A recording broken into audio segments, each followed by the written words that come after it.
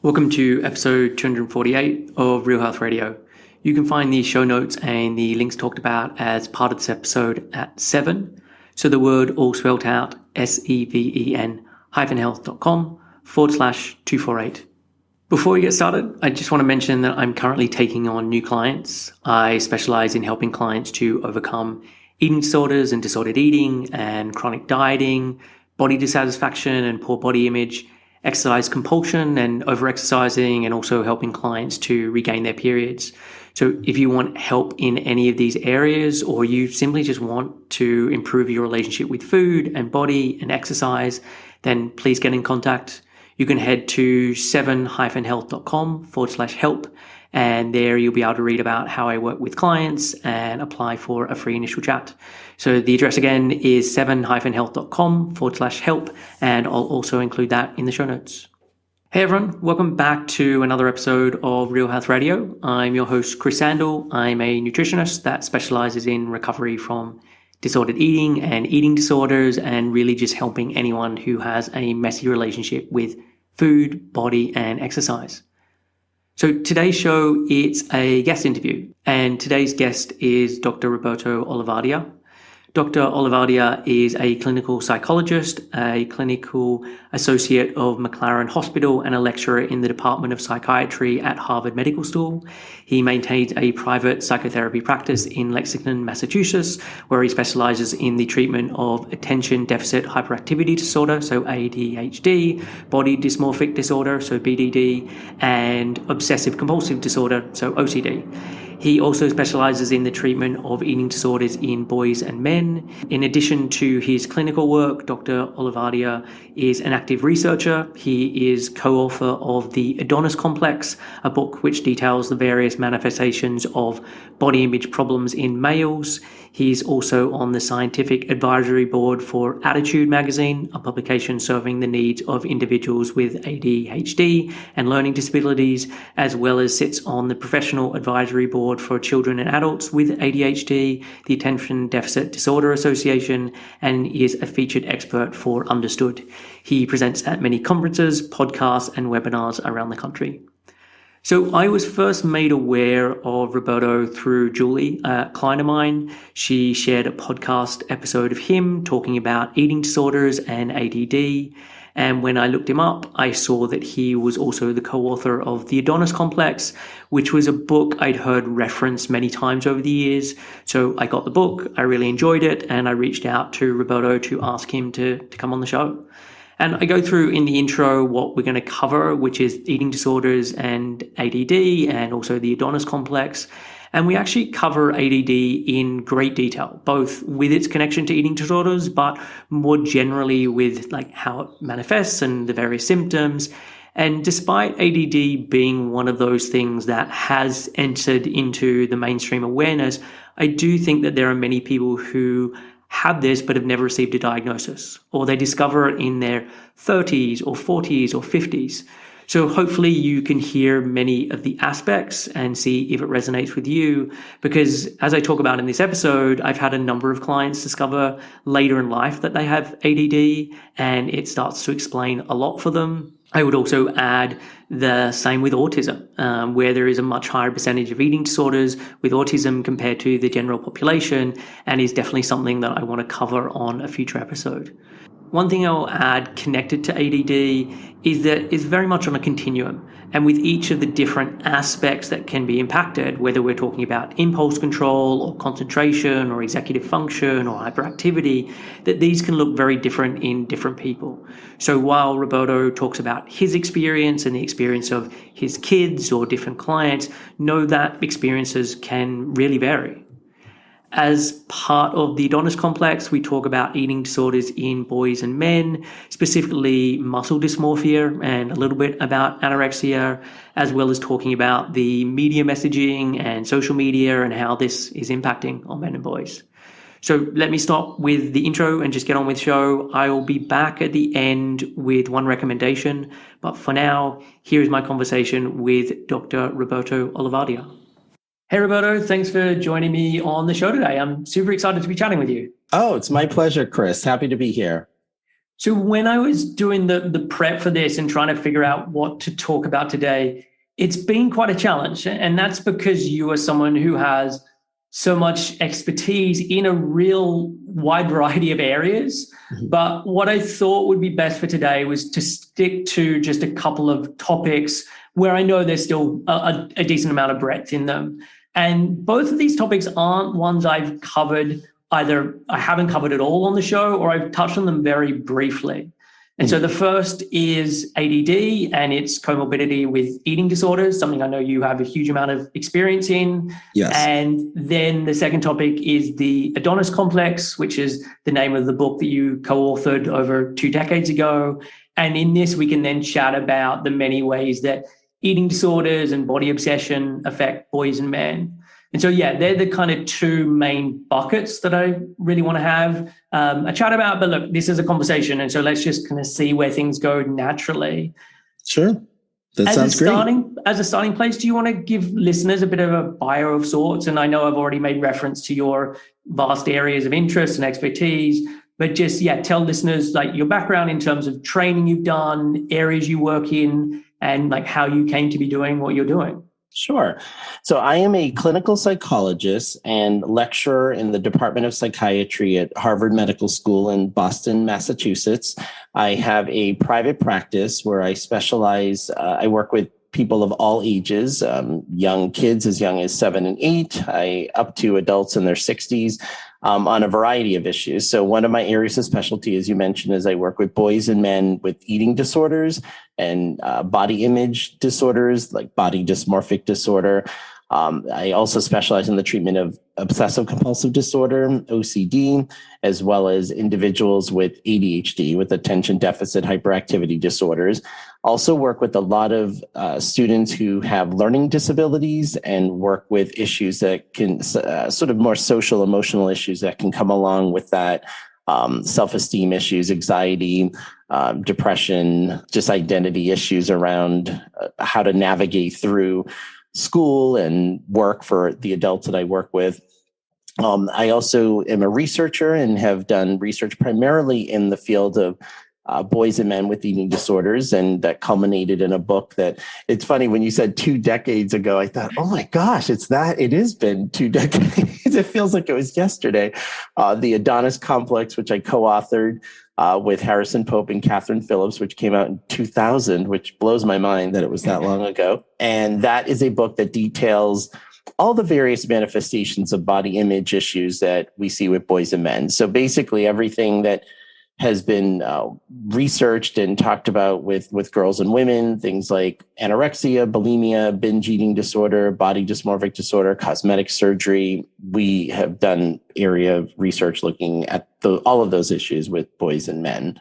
And then also do a lot of advocacy work around advocacy for kids with learning disabilities. I have ADHD and I have kids with ADHD and dyslexia. And so definitely come from a personal perspective of that as well as a professional one. And then just on the side, I'm just, have my family and I'm a big music lover. So if I wasn't doing this, I'd probably be doing something in the music industry. And music lover, and like you play different instruments? I used to play the drums, and actually when I was in high school, I horrified my parents by telling them I'm not going to go to college because I hated school prior to college. After college, loved it. Loved college and loved my PhD program.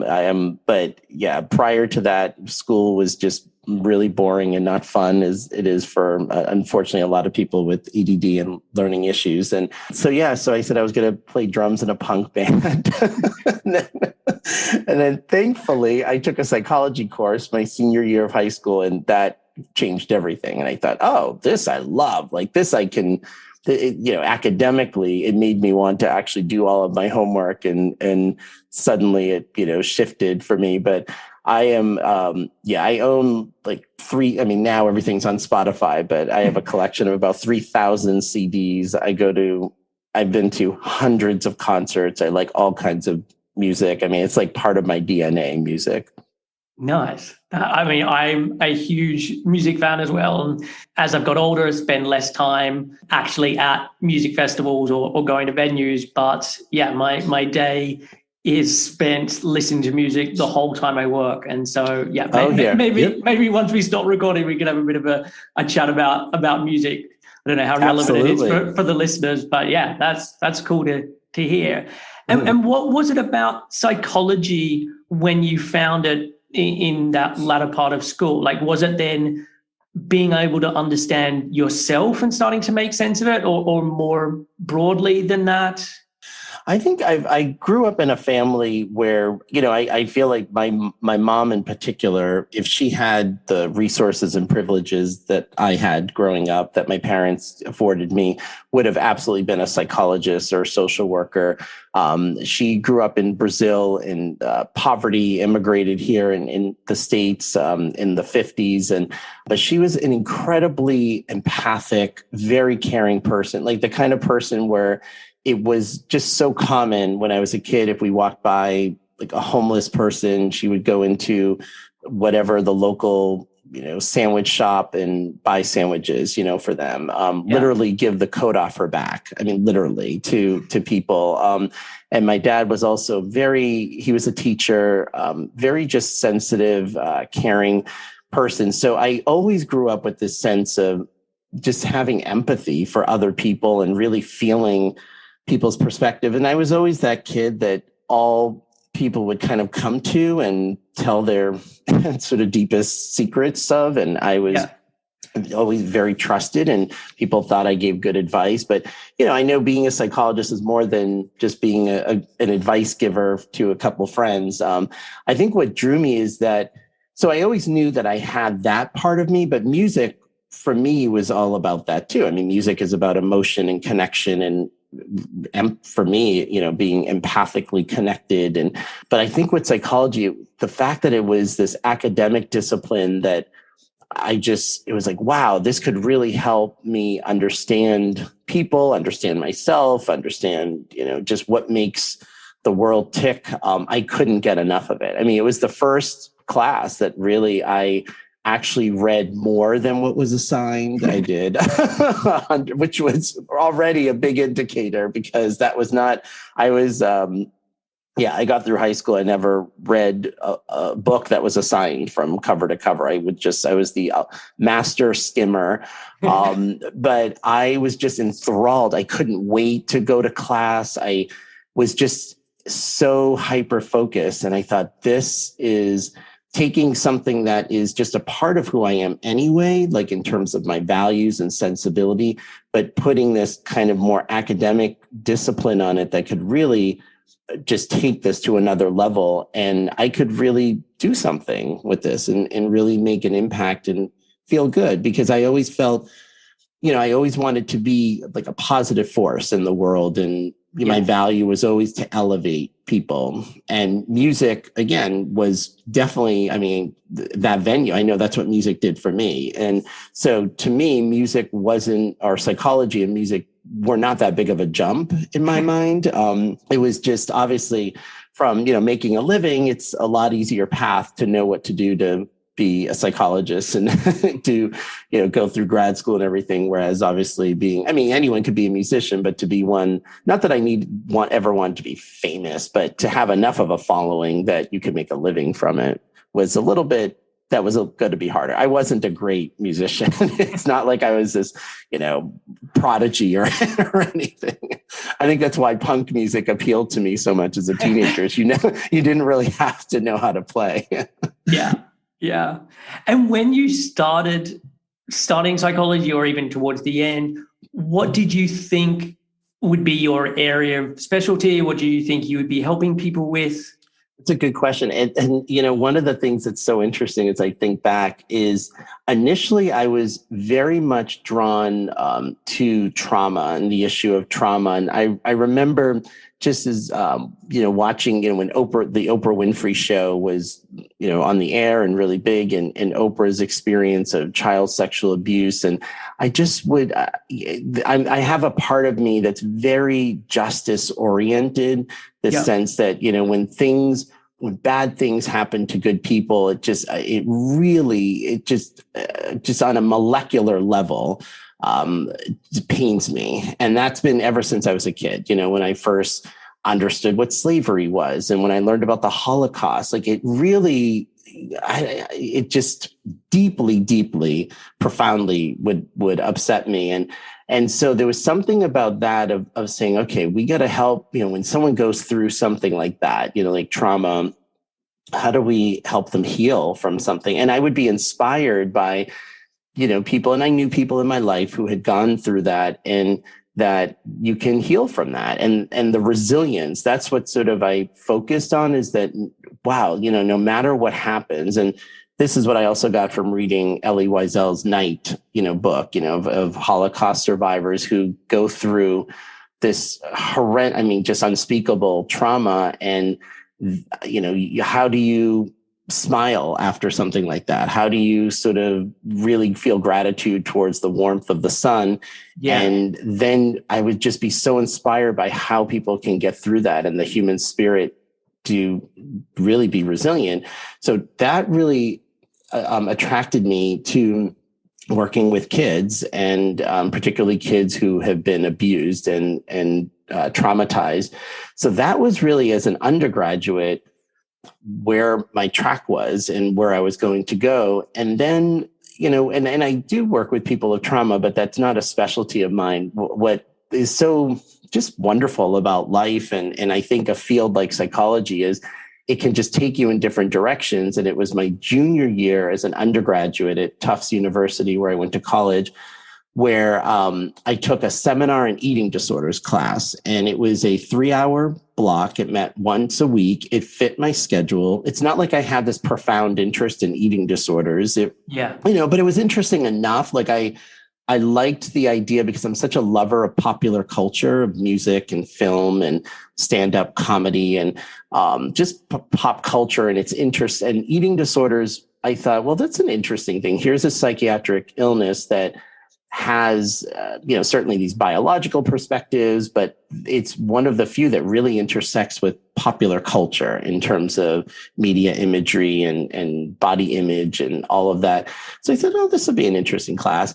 Yeah. And it was, it literally shifted the whole trajectory, and I loved that class. And then as my final paper, I did.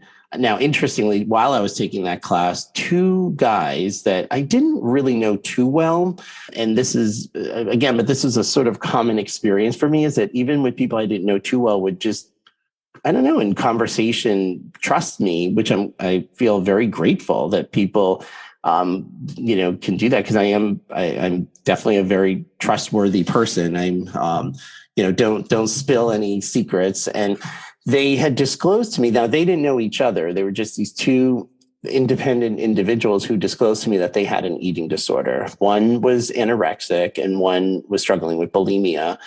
And I thought, oh, okay, well, and I remember going through, this is for folks who weren't, born before the internet. There was this big book called the Yellow Pages, and the Yellow Pages was this directory of, businesses and services. You can look up plumbers, you can look up psychologists, you can look up wherever in the Yellow Pages.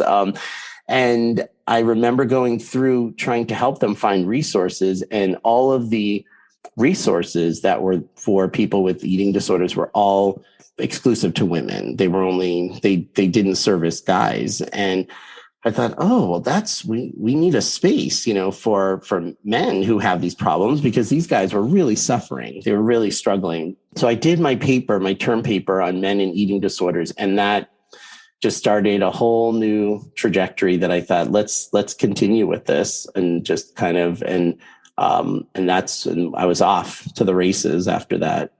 No, and so then, as soon as you started working as a psychologist, it was from the get-go as like men, boys, eating disorders.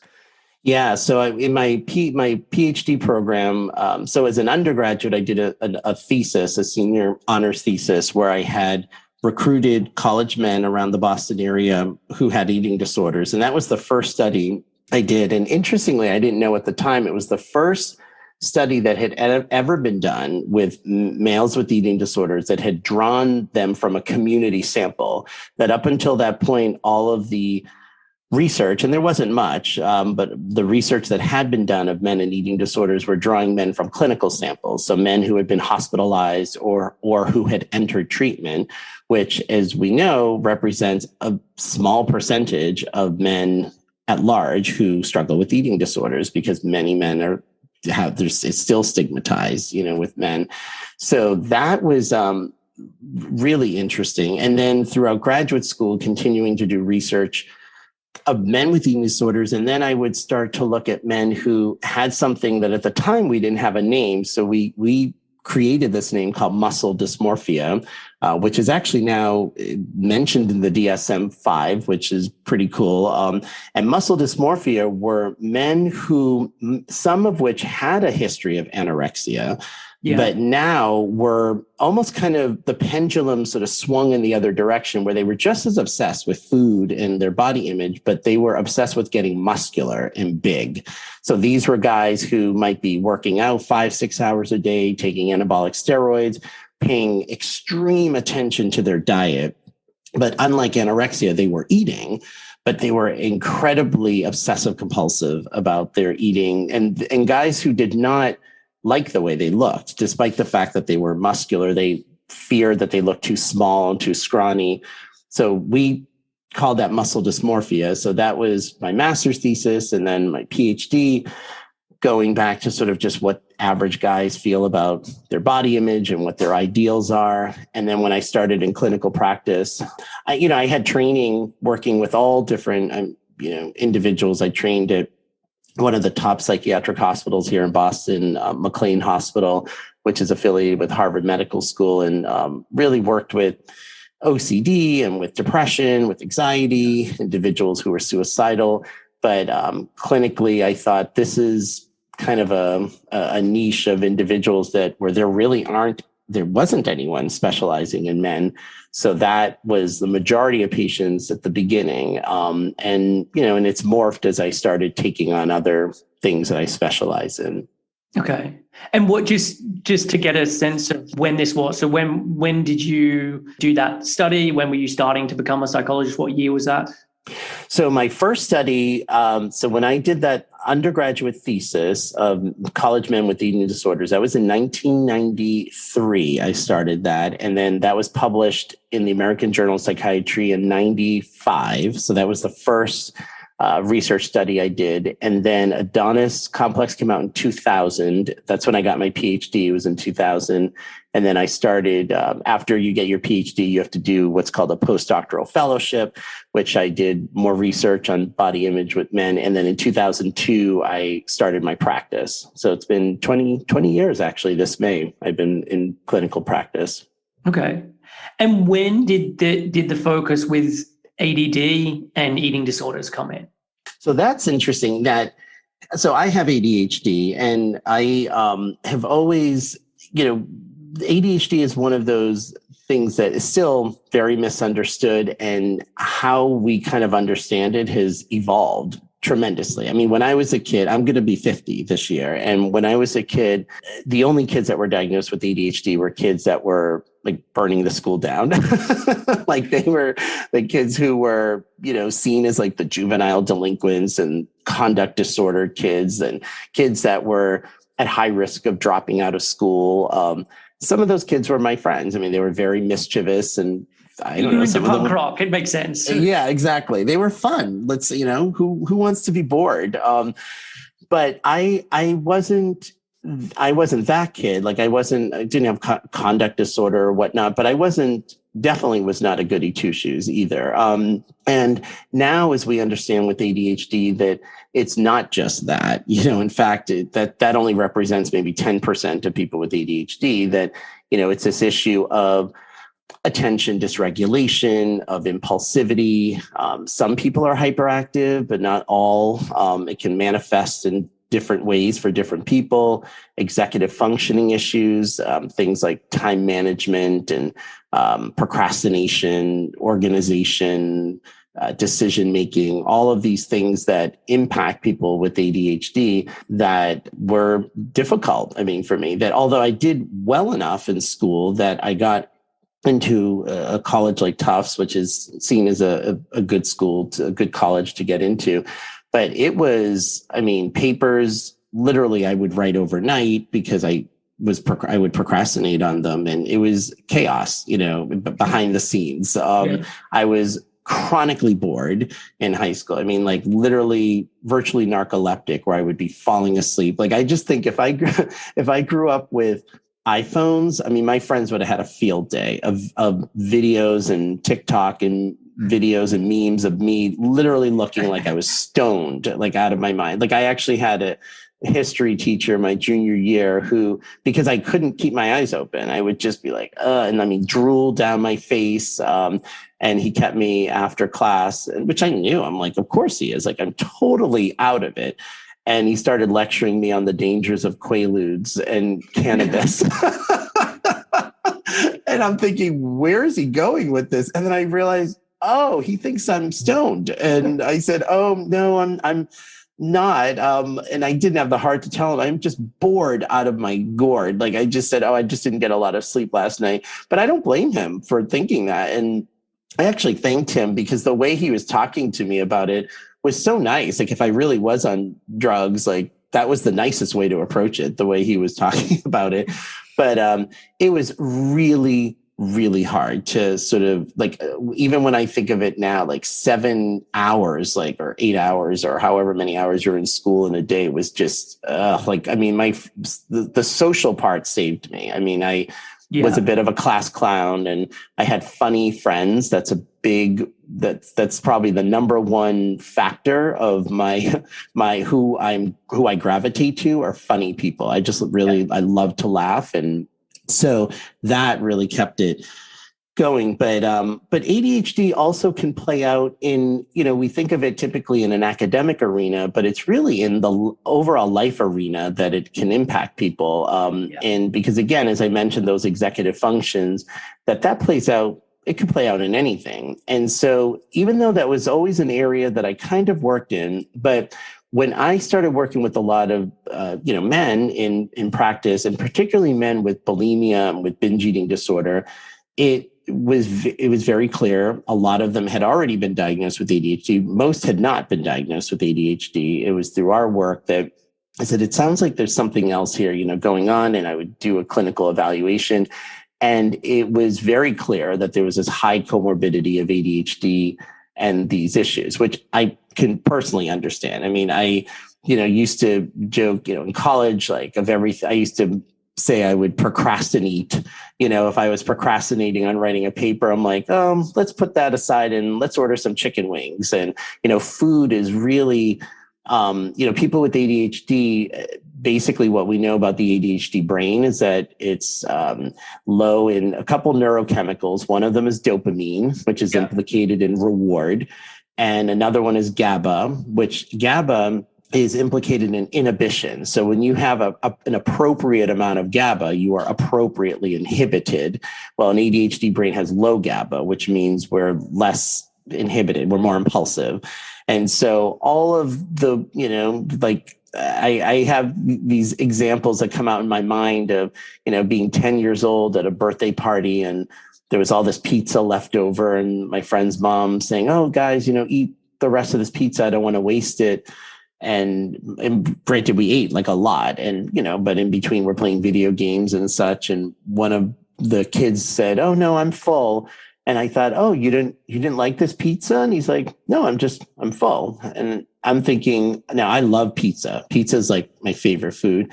It didn't even occur to me, like, wait a minute, if you love pizza and it's in front of you, why wouldn't you eat it? Like, the idea that that people would tune into their hunger cues, that's harder for people with ADHD because we're so externally oriented. We're almost like addicted to stimulation. So so I can understand how easy it can be to sort of fall into then, having access to food, not to mention all of the things around self-soothing, stress relief, and of course, when people are binging, they're binging on typically high sugar, high fat, simple carbs, things that kind of elevate dopamine in the brain. I don't know people that binge on broccoli and kale. I've never seen that yet. So then I thought, oh, and this is what I love about this field of psychology is this, we need to really get into this. And I started giving more and more talks about ADHD and eating disorder communities and helping people see this comorbidity in this relationship, and started doing a lot of work in that area. And I work with ADHD and, in a number of other, ADHD and substance abuse, ADHD and OCD, ADHD by itself, but particularly with that comorbidity, because I have this specialization in eating disorders, which a lot of, most people with ADHD don't, experts in ADHD, and the fact that I really can't understand the ADHD, because without that understanding, ADHD has the potential to undermine the treatment of anything else that somebody might be having, particularly eating disorder. And when did you get your diagnosis? And did it, like, when you did get it, was it a real shock, or you're like, oh, now this, like, everything just now makes sense? Yeah. So it was a funny evolution, because anyone who is probably over the age of 30, I would say. No, I'm 40, just so you know. Yeah. So anyone who's like over the age of 30, it's funny when you ask them who has ADHD, when you ask them about diagnosis, a lot of adults, older adults, were diagnosed when their kids were, because again, what we know about it is so much more now, that a lot of times when I'm working with a kid or, a young teen, and ADHD is highly genetic, very, very genetic. So it's unlikely that if you have ADHD, that you won't have a biological, either parent usually, but if not a parent, sometimes like an uncle, aunt, somewhere in, first degree relative with ADHD. So a lot of times parents are like, that sounds like me. And then they start to realize, oh, wait a minute, this is me. So it wasn't a big shock. I think I officially got the diagnosis at 30. I think I was 31. I know it was before my son was born, and my son is 17 now. So it was probably in my early 30s. And honestly, I kind of went knowing I just wanted to, have somebody else sort of hear the data, hear the information, do, the evaluation. But it wasn't a shock. If anything, what it was just very validating. And it was incredibly helpful, because now, when I read research and I read stuff about ADHD, you realize how fundamental and foundational it kind of is for people with ADHD. It's more than just, I have trouble focusing. Yeah. Everything from sleep problems and sleep disorders that I've had, which, are very common for people with ADHD, impulsive spending. People with ADHD have like quadruple the risk of any addictive behavior. So that could be drugs, alcohol, food, sex, porn, gambling, shopping. I mean, you name it. So in some ways, what our job is to try to find a healthy addiction, so to speak. I mean, music is definitely one of mine. And so it's sort of like, but even in graduate school, and this has to change. We learned about it. Now, something that affects 8 to 10% of the population, you think we'd learn a lot about. And frankly, I didn't. And that wasn't anything reflective of just my program. This is true of when I asked colleagues of mine who in psychology PhD programs, I learned more about schizophrenia, which affects 1% of the population. And I should learn about schizophrenia, but relative to something like ADHD, which affects 8 to 10% of the population, I learned very little about it. And the little I learned, I thought, okay, ADHD people are likely to become addicts, drop out of school, end up in jail. And, they're all the quote unquote bad kids. And I didn't relate to that. And at the same time, there was something like I related to, I love mischief. Like I was a very mischievous child. And I used to call them shenanigans that I like my shenanigans. And people, I think, thought at times, unless people who got to know me thought I was a lot more innocent than I was. And I always knew I had this like kind of mischievous streak. And even when I would be falling asleep in class, I think because I consider myself bright, and I'm very strategic, and I could kind of get by. But again, even in high school, I never read a book that was assigned to me.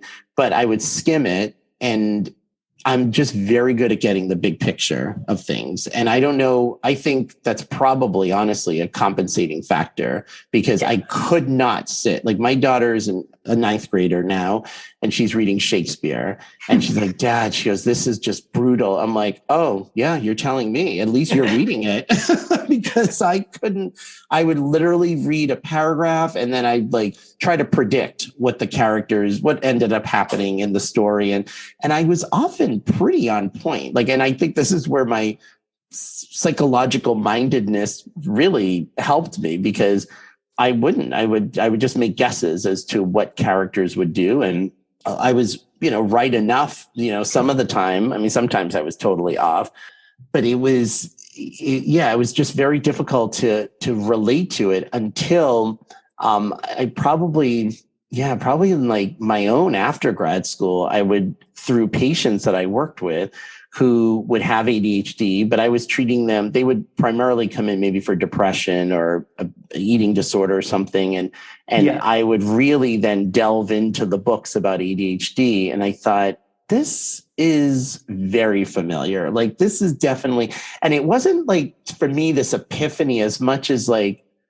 feeling almost like finding a glove and just kind of putting it on your hand. And it's like, yeah, this fits. Yeah, it's good.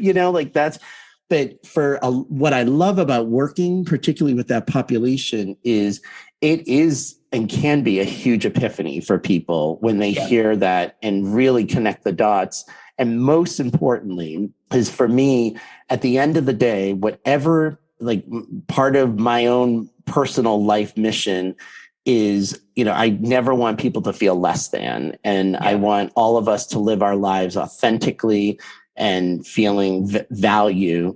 And that's what, whether we're talking about ADHD, eating disorders, any mental health issue, neurodiverse condition, just to take away any of the shame and the I'm stupid language that can befall a lot of people with learning disabilities, with ADHD, and then say, oh, okay, so this is what it is. These are strategies. And most importantly, I could be successful. Like, this doesn't, I don't have to end up in jail, because of this. Yeah. Yeah, totally. And I've had similar experiences with clients who then discover that they have ADD or ADHD, or discover that they have autism. And this is when they're in their 30s or 40s or 50s.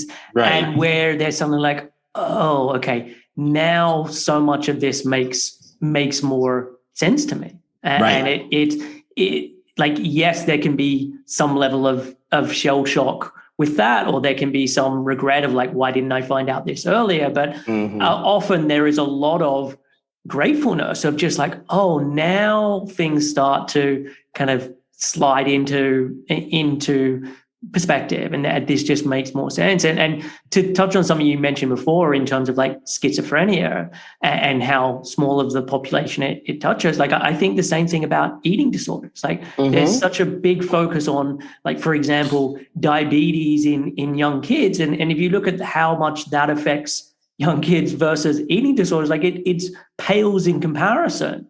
And I do just worry about where we put a lot of the focus, and then the impact that focus then has. Absolutely. And I, with my kids in their health class, I remember when they were in middle school, and we got the curriculum, the sort of outline of the things that would be covered in health class. And they did, have a bullet point around body image, which I thought was great. And I had emailed them. I said, are you going to be talking about eating disorders? I mean, body image is certainly could be part of it, but just in terms of, healthy eating and eating disorders. And I think sometimes schools in particular might shy away from that because, and I get it, like on one hand, they don't want to kind of give people ideas in some ways. And at the same time, I do think it's important of, there is a way to talk about it in the same way we talk about with substance abuse. We don't need to be giving people all the ideas of like, oh, and this drug does this awesome thing to your brain. And this drug does, we don't talk about it that way. We say, yeah, people who take this particular substance, they do it because it makes them feel great in the moment, but this is what it's actually doing to their body and to their brain. I think we have to navigate that space better. And I agree with you that eating, I felt so grateful that my college had a whole course on eating disorders, and that I had, this seminar of really learning. And it was a very very interdisciplinary course where I learned about, we had learned about the brain and just what happens to the brain when we're starving ourselves, and what happens to our esophagus and our heart when we're binging and purging. And then we would talk about the social elements of it. We would talk about the historical aspects of eating disorders, how there are accounts going back to the 1600s of women in restricting and anorexia, and athletes with eating disorders. And I felt very grateful because when I talk about that, people are like, wow, you had a whole course on it. And I think that has to be offered more in colleges, in med school. I think, for a lot of physicians, when I give talks to physicians about eating disorders, that I hear the feedback all the time from them that they say they get very, very little to no training on eating disorders, and they said, we really should, because this is obviously something that, you're talking about a psychiatric illness that has a wide intersection in the medical landscape as well. So I think, I couldn't agree more. And so I want to talk a little more in detail about ADD and eating disorders and what makes them more likely. And it might be easier to split this up in terms of looking at eating disorders that might be thought about more as like impulsive versus more restrictive, because from hearing you on other podcasts talk about this, and from kind of reading up on other things you've said, like it feels like they can be slightly different. And so, I think it would be useful to kind of tackle them separately. Yes. And I agree. I think that there is a very different psychology with people who generally are more in the kind of compulsive, like restrictive anorexia kind of spectrum versus the more impulsive bulimia, binge eating. And of course, there are people that can be anorexic with binging and purging symptoms. And certainly with a lot of people I work with bulimia have periods of massive restriction and fasting. So with ADHD in particular, the higher comorbidity will definitely be in the more impulsive eating disorder. So with binge eating disorder, bulimia, and I have worked with people with ADHD and anorexia, which I can speak to as well. So there's when one understands ADHD, it completely makes sense why this could be an issue for people with ADHD. So as I mentioned, you have just a baseline. We have an understimulated brain that's sort of low in dopamine. So I think of ADHD as this orientation, really, of I am oriented to my environment by what is going to stimulate me. And now keeping in mind that everything that's pleasurable is stimulating. Not everything that's stimulating is pleasurable. So that means we can be oriented towards danger, towards risk, towards conflict, towards drama, because those are all stimulating things. And I, now in my life, look back at my younger self and think, oh, okay, but darn, like, what was I thinking? Like, I did some very impulsive, things that were dangerous. But at the time, it's almost like you're not even thinking about that, because what you're just seeking is the fact that you're feeling just grounded in being stimulated and being focused. And so for any parents out there that might be listening to this, if they have a kid with ADD and they think, oh my gosh, like, what are you what were you thinking? And understanding that this is part of the neurobiology of it. Now, and it doesn't mean that your kid is free to, do these wild things, but at least there's an understanding of, oh, okay, this is what it is. Now, how do we sort of, work with it? But I mean, things that like when I was 4, I remember cutting the cord of a fan that was on because I asked my brother, what makes the propellers in a fan work? And he said, oh, when you plug it in, electricity comes from the wall and it powers the motor. And I thought, okay. And he walked away. I'm the youngest of 3 kids. And when you're the youngest of 3, no one's really supervising you.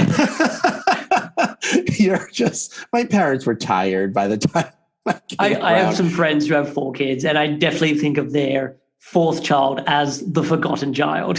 Yeah, I mean, it was, and my brother and sister are 6 and 5 years older than me. So I was definitely like, I was the baby, and of no fault, I have wonderful, wonderful parents, but they were tired, and I was definitely the one that gave them the biggest run, like for their money. And it was obvious. And even at 4, so I remember my brother walked away and I thought, I want to see what electricity looks like. Like, what is this thing called electricity? And I got a pair of scissors and I didn't shut off the fan, and I was like hacking away at this cord, and I snapped it, and I got an electric shock and thought, okay, I guess that's what electricity is, and just put the pair of scissors down and walked away. And I remember an hour or so later, my mom being like, what? Like she was like, apoplectic, who cut the cord of the fan? And I said, oh, I did. I just wanted to see what electricity looked like. And it was like, oh Lord, like here we go. And that was just the sign of things to come. So I think that, when you understand that need for stimulation, food is very stimulating. Food is anything that's sensory. People with ADHD really, again, seek sensory input. And so food, you smell it, you taste it, you see it, you feel it. Like it just appeals so much, to that. And particularly, again, foods that are high in sugar and fat and simple carbs are just really lighting up those dopamine receptors in the brain. I mean, to the degree that a lot of, patients of mine with ADHD will say that they feel like they're addicted to sugar. And, sometimes, they're told, no, you can't be addicted to sugar, but they really feel that, like they feel this, that without it, it's, they're almost kind of going into withdrawal. So there's that biological piece. Then there's this sort of the executive functioning piece, like to eat, even for healthy eating. Like if you think about healthy eating requires pretty good executive functioning. Like if I want to eat healthy, that means I'm probably going to have to do some amount of meal planning. So if I want to eat at 5 o'clock, I should be thinking about what I'm going to eat maybe hours before, because I might have to defrost something. I might have to first see if I even have said ingredients in the house.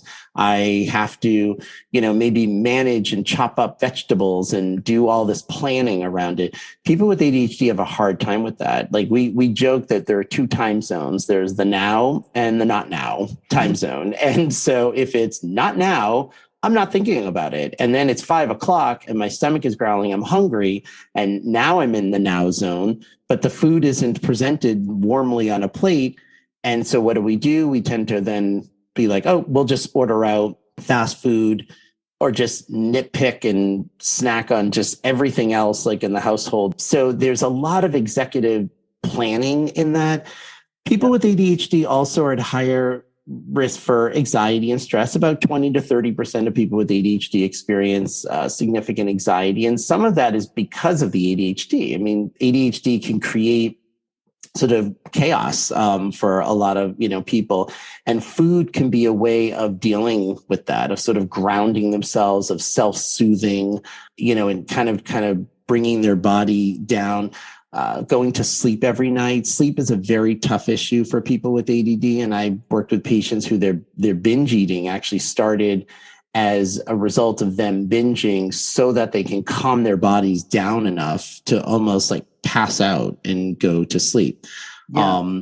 So you and have that. Interesting for me, like as I'm hearing you talk about all these things, and then also knowing how common dieting is and attempts at weight loss and all of that, when that then is just laid on top, it then ramps up all of these things. Like if you're in a place where definitely where you've dieted, your executive function goes is even worse. And so it wouldn't be surprising to me is that the dieting piece and the culture that we're living in about that just really pours fuel on this. Oh my gosh, absolutely. I mean, and that's the other piece is that people with ADHD were kind of instant gratifiers. Like we are a prime candidate for those kinds of dietary illusions out there because people want the quick fix in general, but ADHD individuals are at very high risk for that. And I've seen that. And that's where, sometimes because of these impulsive eating habits, poor executive functioning, and self-esteem issues, again, unless somebody has had an education or some narrative about their ADHD that is positive, it's very easy to see. Well, one is everyone with ADHD that I know could tell you that at a very early age, they felt different. Like they knew there was something different. I definitely had, these moments where I remember in second grade, we would have silent reading time where we'd pick a book from the bookcase and we'd all sit down, and it was probably 20 minutes that we had to silently read. And I sat there and I think I also had an undiagnosed dyslexia. Both of my kids are dyslexic, and I always I hated to read as a kid. And so I remember sitting there and I'm looking, I couldn't even focus for 5 minutes in silence. Are you kidding me? I was like, we got to get this party moving here. This is just like deafening to me. Like silence was literally deafening. So I remember looking around the room and I'm thinking, are these people really reading or are they pretending like the way that I'm pretending to read? Because I'm not reading this. And then at that moment, there's a narrative that starts. Now, the narrative could be something must be wrong with me. Maybe I'm stupid. Or the narrative. Frankly, sometimes, and maybe this was a positive defense mechanism. The narrative was, how are they doing that? That's so boring. Like, why would they want to be doing that? Like, why wouldn't they want to be out, in recess and whatnot? I think honestly, a lot of the factors that kind of put me on a better path. Not that I was free of all of those kind of critical thoughts, but growing up, my ADHD definitely came from my mom, who was she passed a couple of years ago, but she immigrated to this country without knowing a word of English and figured it out. And she was an incredibly resourceful person. And, I think growing up kind of with hearing stories when she was a kid of, climbing trees and putting her face near a beehive because she wanted to see what a beehive looked like, getting stung by bees. Like, it was sort of so matter of fact. Like, it was like, okay, that's what we do, I guess. That's what the Olivardias do. Like, it's sort of, I don't know. And then because I found friends who, most of them, at the time, some of them were diagnosed with ADHD, but definitely now as adults looking back, almost all of them had ADHD. And so I felt like, well, these are the people that I really like. We're having a lot of fun and they're funny. So it didn't feel weird to be, the parts of me that felt different. I didn't feel less than because of it in some ways. That's not to say it's not frustrating, though, at times where I knew this is taking me a lot longer than it should. This is like brutal. Why am I waiting for the last minute? There's definitely a lot of that, at play as well. But I think for ADHD, because a lot of people have those self-esteem issues, food becomes their friend, and it becomes something that it honestly functions like a drug. I've worked with many men over the years who have a history of substance abuse, who have recovered from their history of whether it's alcohol or heroin. And then these are men with most of them had undiagnosed ADHD. When they became sober, they literally lapsed into an addiction to food. That food just became the new kind of venue for that kind of addictive behavior. And it was only when we started to understand the role that ADHD plays, that they thought, oh, wait a minute, this is kind of the same animal just playing out in a different venue. And then they would tell me that they were also addicted to porn, addicted to gambling and things like that, that they understood, oh, okay, I need to deal, this is like an impulsivity issue. But even with that, every patient that I've worked with, and is much work and courage that becoming sober is, from drugs or alcohol. Every patient I've worked with said that to recover from an eating disorder was a whole other level, because you have to eat. Like you can't abstain from food. You can't abstain from, in AA, Alcoholics Anonymous, they tell you, you might not be able to hang out with your friends that were drinking anymore. But you can't do that with food. You can't not hang out with people who, and say, oh, I'm not going to hang out with you because you eat. It's not going to work that way. So there are so many factors that when people hear, think, oh, this makes complete sense. And I love disseminating that information to audiences, especially audiences who feel a lot of shame, particularly people in larger bodies who are in bigger bodies that might feel and have been bullied, discriminated against, made to feel like they have no willpower, and which I don't even like that word. And then when they understand, oh, okay, this is an understanding that it's not just, oh, I'm a quote unquote like pig. And I often say, what, the fact is like, I meet people who have never eaten a whole large pizza on their own. And that's weird to me, because I have definitely eaten a whole large pizza on my own. And I realize in my own sort of experience is, I guess that person just isn't wired that way. It's very easy for people who are not wired in a certain way, and this is especially true with all kinds of addiction, is that we moralize addiction in a way like that somehow bad people are addicts, as opposed to, well, I guess you're just not wired that way. Like your brain is just kind of tells you to sort of stop better, or it doesn't even tell you to begin. I don't have that kind of brain. My brain is definitely wired towards this, that I have to just navigate and be careful. And I tell everyone, I tell my kids, like with ADHD, if whatever we like, we run the risk of liking too much. That's for anything. And so we always, because regulation is a core, or dysregulation is sort of a core feature of ADHD, whatever it is, it's just, we can be very all or nothing about things. And that's where, going to your other question about more restrictive eating disorders, is even though there's nothing in the literature, but I have definitely worked with patients with ADHD who have anorexia, who have restrictive eating disorders. And for a lot of them, it started because they had a binge eating problem. And so they massively were overcompensating by saying, you know what, because again, we can live in that all or nothing space very easily. It's that regulation space that people with ADHD have a harder time with. And with food, you have to regulate it. And so they started restricting, and it just spiraled from there.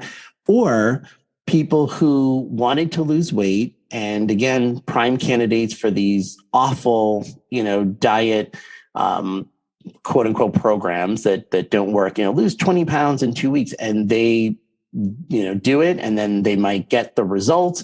Granted, their body is taking a major hit for it, but they get addicted to the results, because we love feedback. ADHD individuals need like a sense of feedback and impact in that way. So what's interesting about that is that in treating ADHD, as far as medication, not everyone with ADHD has to take medication or is on medication, but the ones that do, stimulant medication and eating disorders, even amongst binge eating and bulimia, were seen as contraindicated because of it can be an appetite suppressant. But for people with ADHD who struggle with these eating disorders, studies show actually it did not suppress it more, it really regulated their appetite. So it properly connected them with their hunger cues, satiety cues. And so with anorexia, it's even more controversial because it's like, okay, these are people whose weight is already compromised. But when I think of the couple cases that I worked with of men who were significantly, severe anorexia and they had ADHD, the psychiatrist that I don't prescribe medication, but the psychiatrist I collaborated with, I said, I wonder if a little bit of a stimulant, and we did it very carefully. And it really helped the individual because it enabled them to focus on other things other than their food and calories. Yeah. Well, I mean, I worked with someone who was anorexic and also had ADD. And what she found was that actually being in that malnourished state allowed her to focus better. Yes. And it actually dampened down everything. And it was actually in recovery that she really started to notice all of the ADD stuff that had come back. And that was much more when things felt more chaotic, when she had more troubles staying on task and a lot more of the kind of symptoms that we associate with the ADD came back online, which had then been missing for her for 20 years or something along those lines, because that's how long the eating disorder had been going on. And so for her, in some senses, the restriction was the thing that suppressed a lot of the ADD.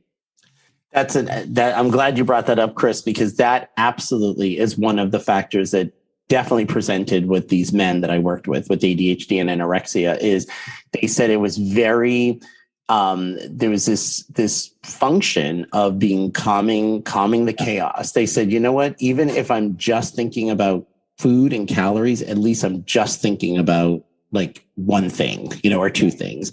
And it's true. I mean, part of the sort of hyperactivity, when we think of hyperactivity with ADHD, it's not just a physical bouncing off the walls kind of hyperactivity, because, one of the other misconceptions is girls have ADHD as much as boys do. And you'll still read it in places that say that boys outnumber girls 3-1. That's not true.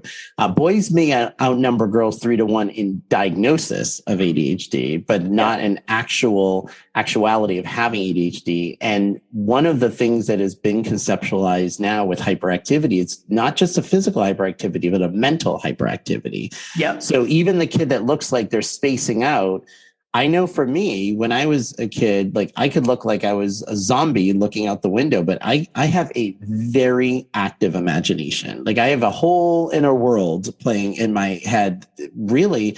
And again, I don't know what's the chicken and what's the egg, but I know it very much helped me through a lot of boring situations in which I needed to kind of entertain. Like if I couldn't be the class clown, which, is disruptive, like to a class that, although my friends would, laugh. But if I couldn't do that and my intention at that time was, I'm going to self-stimulate because of ADD. I didn't understand it at that. All I knew is I feel like I'm literally fading away and I need to do something to get me plugged into this. And so I blurt something out, say something funny, and find the right moment. Like I have such a love for like stand-up comedy. Even as a kid, I used to watch a lot of that. And I just appreciated the art of what could make somebody laugh. But if I couldn't do that and learned at times, it's not always appropriate to do that. I had to escape somewhere. And my head, I remember in college, sitting with a friend, he did not have ADHD, and we were just at a bus stop waiting for the bus. And it was this moment of silence. And I said, what are you thinking about? He's like, nothing. I said, no, like really, like, what were you thinking? He's like, nothing. And I was like, really? Like you really had nothing, blank slate? And he's like, yeah, just nothing. I have never, Chris, in the 50 years of my life, never ever had that experience of thinking of nothing. Like I have multiple things that my head is going through at any given moment. And I always feel like it's just to me, it's all like as if you're watching a 3D movie. What's the thing that's going to pop out? That's the thing I'm attending to. But don't get me. I'm not fooling myself that in the background is just other stuff, that could be. And part of that I like, it's not that, I always want to emphasize with ADHD, ADHD is not a mental illness. It's not an illness. It's more it's a neurodiverse condition. And I always tell, especially young people, you think of it as like a coin, that there's the heads and the tails, that there are parts of ADHD that obviously we want to treat because it can be frustrating. It can really get in the way of your life. I mean, it could wreck your life if it's not treated for some people, because it can get them into very dangerous situations. Yeah. People with ADHD are more likely to suffer from financial issues, are more likely to get a divorce, are more likely to be addicted to something. I mean, you hear all these grim statistics. And at the same time, I always want to preface on the other side that you see like the entrepreneurial field is filled with people with ADHD, filled with them. A lot of musicians and a lot of creative individuals. I love my brain. Like, my brain is very strategic. I'm a problem solver. I consider myself very creative. I can attune to people, interpersonally. Now, that's how my ADHD works. Not everyone's ADHD works the same way in that way. So I wouldn't trade it. So to me, it's almost like, okay, we just have to accept this brain. We want to work at the things that are challenges and don't, come easy, but also understand that same brain can lend itself, like the fact that, we're kind of out of the box is a general rule. That, out of the box thinking, is where a lot of the movers and shakers are. Out of the box thinking is what leads to invention and innovation. However, you need to have that ADHD managed in order to then really connect to those strengths. And that's the key, is that, a lot of times it's like, oh, ADHD is a gift. Well, it's a gift only if it's managed. I mean, if it's not managed, it is not a gift. I mean, it can really, get in the way of people's lives. But all that noise, absolutely, when someone's in a restrictive mode, they're quieting all of that down, and that absolutely could be a function. Yeah. And I'm not someone who knows very much about ADD. It's a fairly new topic to me. I did recently read Gabor Mate's book, Scattered Minds. Is that something you've read? I haven't read that book, but I've heard good things about it. Okay. And so what he posits is that the thing with ADD, there's like two things that make it likely or make it happen. Is like, one, a genetic predisposition for someone who is more sensitive or highly attuned. And when I hear your story, like, that's definitely something I'm picking up on. And then he says that then there is some failure of attachment with parents at some point in normally early development. And he points out repeatedly that this isn't about blame and that parents and caregivers are doing their absolute best, but the child didn't receive the attachment that they needed. And so a lot of the recommendations as part of that book are focusing on like how to repair attachment. And so, I'm just wondering, is that something that you think about or talk about, or like a way that you conceptualize this? Yeah, so I would disagree with the second part. So definitely genetic, 100%. Like, studies show if you have ADHD, probably a 70% chance that you'll have a child with ADHD. It's as genetic as height, and intelligence, which are very, very highly genetic factors. Of identical twins, it's like a 99% concordance rate. So if one twin has it, it's pretty much inevitable that the other twin will have it. So as far as the attachment thing, I disagree with that because, one, I disagree with the notion that causes ADHD. I mean, there are symptoms and behaviors that can look like ADHD. You have kids that, let's say, might have problems with attention. That could be related to trauma. That could be related to anxiety. That could be related to a sleep disorder. That could be related to a learning disability, none of which is the same as ADHD.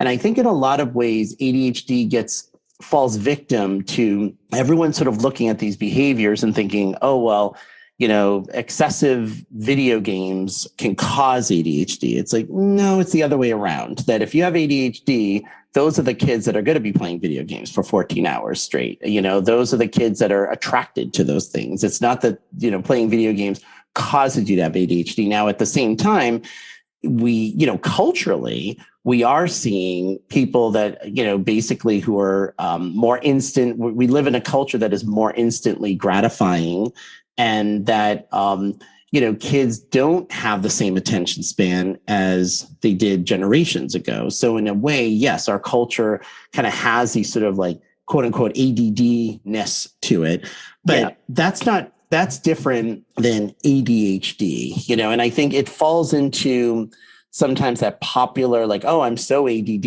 I forgot my keys. It's like, well, if you forget your keys once, that's not ADD. That's you forgot your keys. It's as simple as that.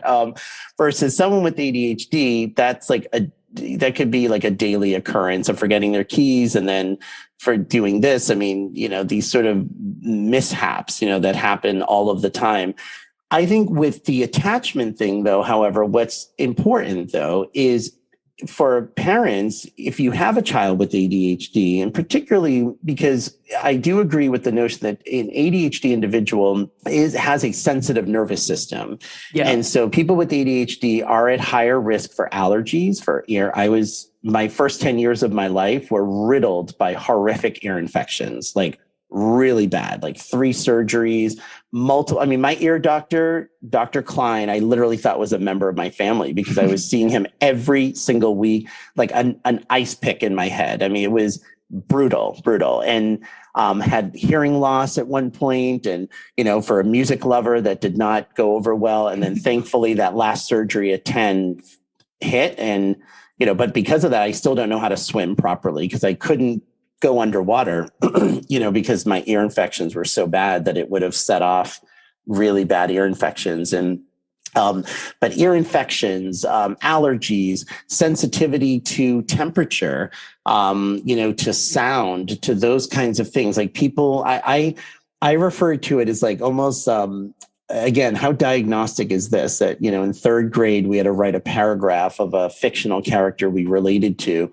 And, a lot of the boys wrote the Hulk and Spider-Man. And I'm thinking, you don't relate to them. Like maybe you want to be them, but I mean, how are you relating to the Hulk? But I interestingly wrote Goldilocks from the 3 Bears. And of course, people are like, Goldilocks, like what? Like, how do you? And I said, well, with Goldilocks, like this bed was too hard and this bed was too soft, but this was the bed that was just right that enabled her to fall asleep.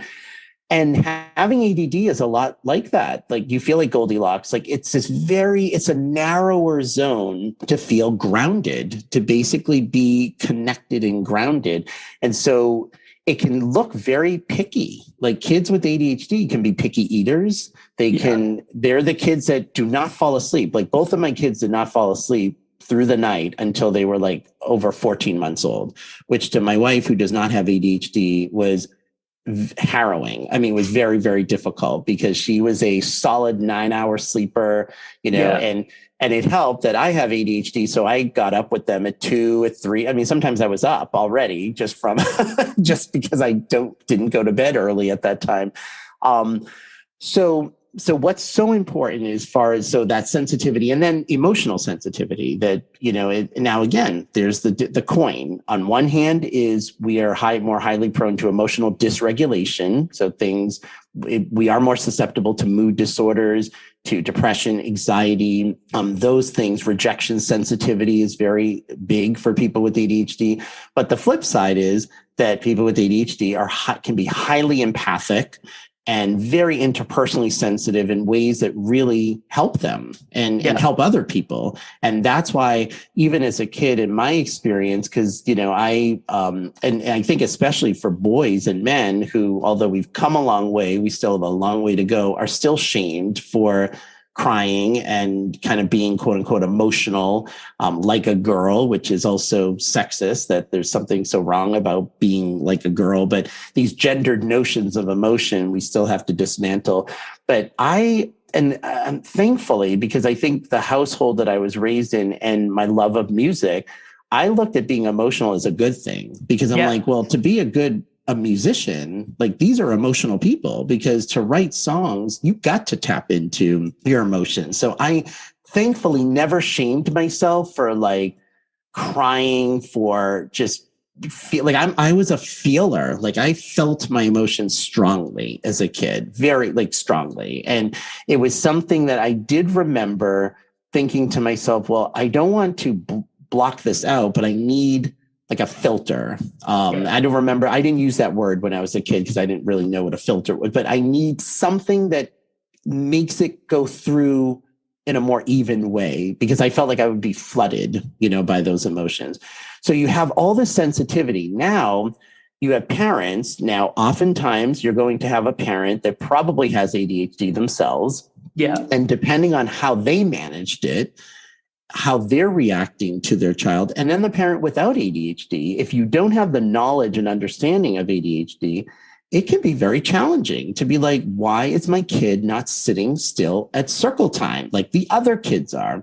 And especially for a firstborn, parents are very sensitive to not wanting, the worst thing, the thing that would just slay me in terms of me feeling, not good about myself is if my kids ever thought I was not a good parent, a bad parent.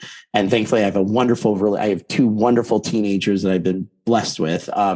But as a new parent, when your kid is the one that's running off of circle time, you feel like, oh my gosh, people are going to think I'm a bad mom or a bad dad. And how you handle that, frankly, sometimes parents don't, they get frustrated, and I don't blame the parents. Sometimes they can be like, shit still. Sometimes they result to, physical punishment, thinking that that's going to get them in line, and not understanding that this is not a fault of bad parenting, and this isn't your kid being bad either. It's they're curious. I remember when my son was in gymnastics at 3-4 years old, I thought it was a good way to just get him kind of attuned to his body and more mindful. Yeah. And they'd have circle time. And I was in this room because the parents would be there with them. And he would run off to the trampoline. And in my head, I'm thinking, of course, the trampoline, who wants to sit here in a circle when a trampoline is literally 2 arms length away? I want to be jumping on that trampoline. And I was an adult at the time. So, and I used to say to him, I totally understand why you want to be jumping on the trampoline. Of course, it's more fun. But right now, Miss Jill, who is the teacher, wants to make sure she talks to all of you and you all listen before we go on the trampoline.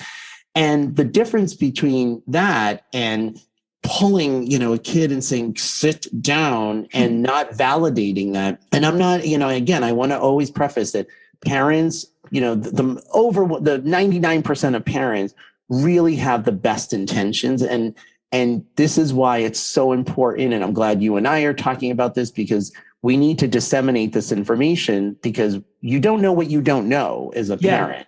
And if you are thinking, oh my gosh, kids with ADHD, for example, as infants are more likely to be colicky, meaning that they're crying and they have a harder time soothing and self-soothing. And, it can make you cuckoo. Like if your kid is screaming, and you're singing them and you're putting them in the swing and you're breastfeeding them and they're not soothing, it could be like, oh my God. And you're sleep deprived yourself. So a lot of times there is these attachment issues, but I always want to be clear. It's not that it's causing the ADHD. It's more that those attachment issues could be a result of this intersection and this interaction effect of the parent and child. And I do a lot of work with, particularly with kids and with teenagers where, sometimes the parents feel like there's only one way to do something. And this is something that a lot of the work I'll do is with the parents that say, he shouldn't need music while he's studying. That's just wrong. And I will not allow it. And I have to, in a sense, advocate on behalf of the child to say, well, actually, it could help them. And it varies, I was the kid that I need music with everything except reading. When I'm writing a paper, you better believe I have music. When I wrote my dissertation, I literally, in the acknowledgments page of my dissertation, people thanked their family, which I did, and my mentors. But I also thanked the Go-Go's, Billy Idol, Green Day, Joan Jett, Nirvana, and Hole, because that was the music I was listening to while writing the dissertation. That pop punk, and the Ramones, and that pop punk kind of those riffs and everything just got a momentum for me to write this almost 200-page, dissertation. And so I tell parents, having ADHD, what we want to teach the child, and sometimes it's teaching the parents too, is you're going to be your own researcher to determine what is going to work and what doesn't. Now, my older brother, his ADHD, he needed complete silence. And we shared a room, which was very difficult because I like sound. Like I'm sort of, and he's more, we're very close, but very different personalities. He wanted like more silence, and even when I had my headphones on, because I played my music really loud, he can hear it through the headphones. And he's like, he goes, I cannot concentrate with that. And I would get really upset. Like, what do you mean you can't concentrate? Now, we now look back and we laugh at that, but really neither of us could understand. Like, I couldn't understand how he could function and operate in total silence. I'd be so distracted. He couldn't understand how I'm really getting work done while blasting what the music I was listening to, at the time. But for parents, there is this flexibility. And sometimes you see these unfortunately, negative relationship patterns, because sometimes parents have a hard time bending to what might work for them or what they think is the quote unquote right way. Yeah. And then there are times that a child will insist that, oh no, having this Netflix on is helping me, when it's really not helping them. It's distracting them. And so I tell the kids, I'm like, look, the proof is in the pudding. Like, we have to actually test it out. But if you are watching Netflix and if in an hour time, you really only got 10 minutes of your work done, this isn't working. You are being distracted by it. And your mom or dad is right about that. And so there's a lot of battles that can happen around going to sleep, around curfews, around rules. People with ADHD, I don't know. I almost feel like we're kind of born into the world a little oppositional, frankly, that I don't know. I used to say growing up, I have wonderful parents. They weren't particularly strict with me. And I just had this like rebellious spirit in me. I don't know. I don't know if it's because you kind of feel a little against the grain in some way, and are wired that way, that you sort of operate in that way. And so I certainly had moments like that with my parents where I pushed hard, and of, my siblings, I was definitely the challenging, one that would challenge. I mean, my brother would say I was a little litigator, because I was definitely not someone that someone could like steamroll over. Like, if I wanted something, I was going to I was going to do it and say it and argue with it. And that, I appreciate my parents. I mean, they're both, gone now, but they lived amazing lives. But I, even in my adult life, I would say, gosh, you guys really handled that well, because it could be very frustrating. Yeah.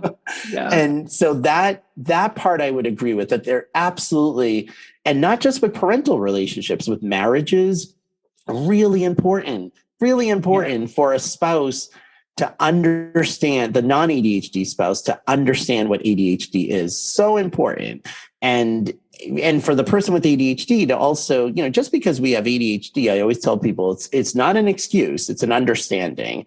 We are responsible and accountable for working, it's not like, oh, I have ADHD, so I'm just not going to do the bills. I'm not going to pay the bills. That's not how it works. But at the same time, it is helpful in couples as well. Like, I remember very early on in my relationship with my wife, we'd have these talks, and I'd be like doing stuff while we were talking. And she's like, what, you're not like paying attention to me. And I'm like, oh no, I'm actually, and the truth was, I actually was paying attention better because I was, doing the dishes or folding laundry or doing just minuscule kind of stuff. So she needed to know that I actually wasn't being disrespectful, that my intention actually of getting up and doing those things is so I can pay better attention than just sitting there. At the same time, I needed to learn, well, I can understand for her, just because that's helping me she needs me to be present in that physical space and having eye contact while having that. So I have to work at that. So we need to meet a little bit, on this. So it's not just, hey, but it makes a huge difference if she at least knows my intention is to hear her. Because once you think, oh, this person is being rude, then the sparks start flying. Then it starts to, and that's true for parents too.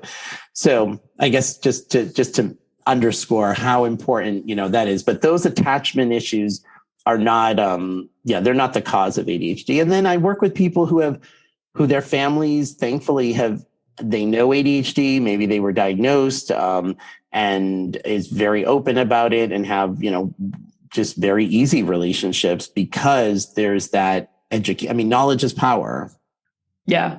Well, I mean, look, Gabor has ADD or ADHD, both his either 2 or 3 of his kids do. And so it's an issue he knows personally. And it's interesting, even when you're saying you don't think it's causative, a lot of what you're then talking about in terms of parenting and how to be with the child and all that is a lot of what he's chatting about. And so, I would agree with. I think there's a lot where you're on the same page, and I still would be very interested to hear your thoughts if you do check it out.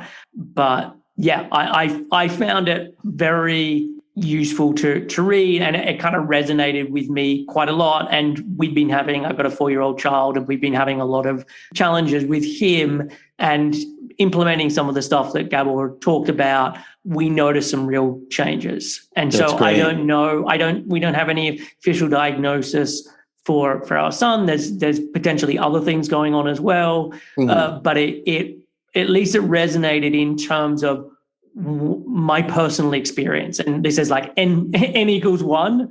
But yeah. That's great. Yeah, no, I will definitely check it out. And I'm sure, from that he probably is, it sounds like it's probably speaking to a lot of, the similar things. I guess that, it may not even is even directed necessarily to, his book as much as just some of those myths of the past with ADHD would be, bad parenting, too much TV watching, like these things is like. No. And so, he's talking about it much more from the subtleness of it and the high sensitivity, and him saying like his daughter would be saying, stop shouting at me. And he's like, I'm not shouting at, like, just realizing how sensitive they were. And so when I say poor attachment, it could, like, I thought I was giving my son the most amazing attachment, but when I look at some of the subtleties and his sensitivities, I then see it in a different light. So with that frame, as I'm understanding it, that's absolutely true. So there's this sort of these dots are not connecting in the way that people are thinking they're connecting. Yes, that definitely. It's not misattachment in the way that a lot of people would think about it. He goes into just the subtleties of attunement and how those things can be missing. And for a regular kid, they wouldn't even notice it. But for someone with that sensitivity, they do. And that's how it can get started. Yes, that's absolutely true. Definitely true. And I think it's any parent, when I always say as advice, when you're expecting, it's always good to sort of know your own genetics, whatever it is, because it's, if you're someone who's on the anxious side, like, again, most of these things are genetically oriented, but being aware of how you're managing that for yourself and these interactions in that way. And again, like, sometimes it's the parent with ADHD that is more attuned to the kid with ADHD. Sometimes though, it's the parent with ADHD who almost is more frustrated than the non-ADHD parent, because maybe for them, it might have been different, that they got sometimes I'll hear from ADHD parents, well, I got through it. Like, why is it so hard for him? Like, why can't he just, do it? And I have to tell them, well, you didn't do it in 2022. Like, I very much appreciate what it would be like today. Like, if I had an iPhone and Netflix, and forget about it, Chris. Like, forget about it. Like, there's no way I would have even, because as it was, this was so smart on my parents' side. Like, they didn't get cable. My parents got cable television the day I went to college. The day. They couldn't even wait 24 hours. I called and my mom said, "Oh, the cable guy." I'm like, "What do you mean cable?" Now, granted, I'm a child of the 80s. I wanted my MTV badly. And nope, there was no cable. And I said, "Really? Like now you're getting cable?" We had one television. It was in the living room, which it was right off of my parents' bedroom. And I had a black and white, I grew up in a middle class family. Like we could have afforded a color TV. Nope, we got a color TV. I think I was in high school when we got a color TV. We had a black and white television that had, at that time, 3 channels on it because there was no cable. So literally, there wasn't much to do past 10 o'clock. Like when I was, in elementary, middle school, I mean, I listened to music, but then, I get tired and I go to bed. If I had basically a television in my room, which is what a phone is, a mobile device that, video. I wasn't a big video game person, but I mean, now the video games are so much more sophisticated that I wouldn't have gone to sleep. Like it would have been, there's so much more to have to screen out in terms of distractions. And so as a parent, like my kids don't have any, I mean, they only have Snapchat. They don't have any other social media. And I tell them, and I've had a lot of conversations, it's not because, I said that the fact is I know if I had all of that, I wouldn't have been able to regulate it very well. I just know it. And I don't even want them, I don't want to even introduce that. They're very good students. They have a lot going on. I'm like, just, Snapchat is good to connect with your friends. You don't need TikTok. You don't need Facebook. You don't need Instagram. You don't need it. It's just more. So sometimes it's the ADHD parent that has a harder time being attuned. But I know in my case, when I could have diagnosed my son prenatally, I'm not kidding, with ADHD because he was active in the womb. Every time we got an ultrasound, every single time, the technician would be like, "Whoa, you got an active one here." Because he literally couldn't sit still, even in utero. I mean, and his birth was dramatic. I mean, he was 9 pounds. He was just, you can just see it. And I thought, okay, but I had I feel it's a privilege that I had a full understanding of ADHD in my own life as a psychologist. So it definitely changed, everything in trying to educate my wife along the process of, everything from his sleep issues and things like that, because it can be hard. And same with learning disabilities, which also run, through my family. But it's not, we're not just talking about ADHD. If you're an anxious person, it's important to know that you could start to see those traits in your kids. So when your kid is shy, as opposed to just like having the approach of throwing them in the deep end of the pool, to understand that there might be anxiety there, that they might need a little more, work. And at the same time, you don't want to over accommodate the anxiety either, or the ADHD, because that happens too. I mean, sometimes, with parents who might be like, "Oh, because they have ADHD, I'm going to do everything for them." And I'm like, "Oh, that's not actually going to be helpful because they need to learn those skills." Yeah, definitely. And so I know we don't have a huge amount of time left. And so I want to spend the rest of this time just focusing on the Adonis Complex. And so I guess just to start with, how do you define the Adonis Complex? So Adonis Complex is not a clinical term. We sort of just use that as almost like a pop culture term, but to encapsulate all of the different manifestations of body image and eating issues that we see with men. So Adonis was a Greek mythological character. He was half man, half god, and he represented the sort of ideal and masculine beauty that he was strong, he was good looking, he was a warrior. All the men wanted to be him, all the women wanted to be with him. So we thought that was like a fitting name to kind of encapsulate. So in that book, we talk about anorexia, bulimia, body dysmorphic disorder, anabolic steroid use, compulsive weightlifting, and just kind of media imagery that's directed to boys and men, which I think a lot of people, that part in particular was of interest because, unlike with women, it hasn't been historical. Like it's not like it's been throughout time that men have felt that kind of, and boys have felt the sort of media impact. But starting in the beginning in the 80s, we started to see more of, that it wasn't the covered up Marlboro man cowboy. It became guys without their shirts off or with their shirts off and six-pack abs and things like that, and understanding that boys are impacted by that, and that boys, that I work with young boys who are, they see themselves as too big and fearful of being overweight.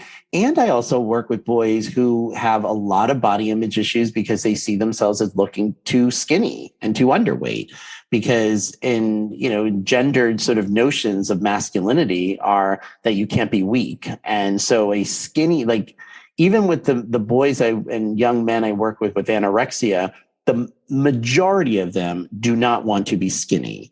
What they say to me is that they want to be lean, but they want to have muscle mass.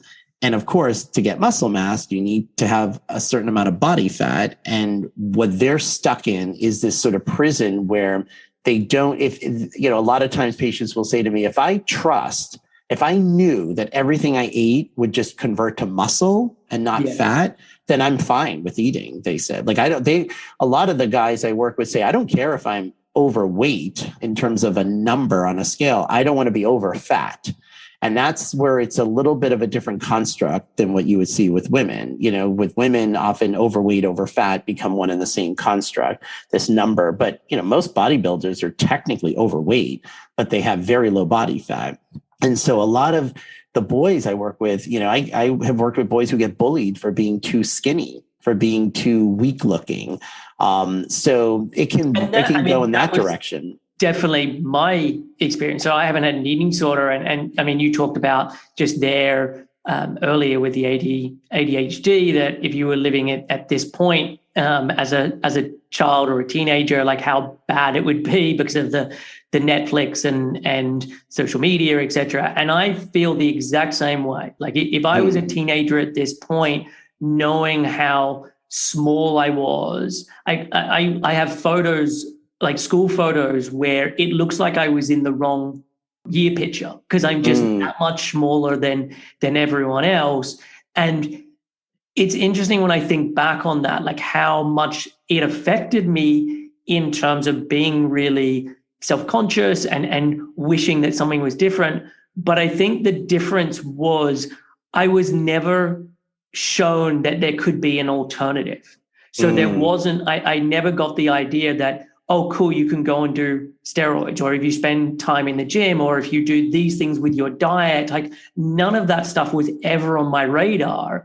So it didn't get internalized as, wow, this is something that is in your control and you can change. There could still be the disappointment aspect of it, but it felt like something that just like, this is the way that it is. And so it never went down that route. But I mean, and maybe I don't have the right genetic predisposition anyway, but I know if I was a teenager of today growing in the body that I grew up in, I don't know what would have happened. Yeah. No, that's absolutely. I mean, that, and even just what is possible. Like if we look at something like steroids, which, I remember when I met Hulk Hogan, the wrestler Hulk Hogan, when I was, I think I was 13 or 14. He was signing autographs at a local gym. And I used to watch the World Wrestling Federation, as it was called at the time. And he was enormous. I mean, like, it's almost like TV just dwarfs him. I mean, his arm, I just remember his bicep was the size of my head. It was so big. And I thought I knew that there were these things called steroids. I didn't really totally understand, but I knew that people could take drugs to make themselves bigger, and thinking, he's got to be doing something. Like how can you possibly be like that big? And he had denied it at the time. And years later, he admitted that in fact, he was using steroids like all of that time. And then I remember like at 17, I was at the gym and work, because I was a sort of shorter, but very, I mean, in some ways, I wish I had the metabolism now that I had, when I was a kid, but I could eat like everything under the sky, and I didn't gain weight. And, and similarly, like I didn't necessarily, like, especially in early puberty, it was just awkward, like being in, that body. It's like I wanted some kind of, muscle. I never needed to be like, ripped or anything like that, but I definitely did not like the sort of skinny sort of body either. So I can relate to that.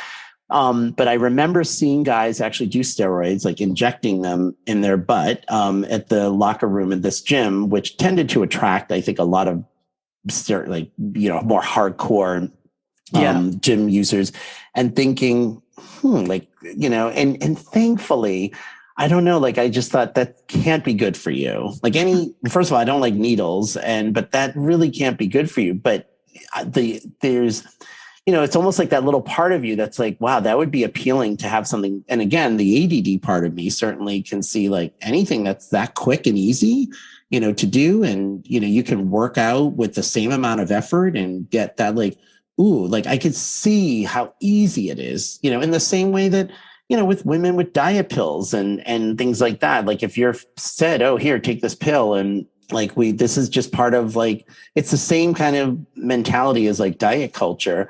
That can really, but nowadays it's so mainstream. I mean, it's not like this fringe thing. I mean, I've worked with boys as young as 14 who are using anabolic steroids or, using these thermogenic supplement, fat burner, blah, blah, blah, blah, blah, these products that are just so, that are not regulated by the FDA, that are even under the guise that they're healthy.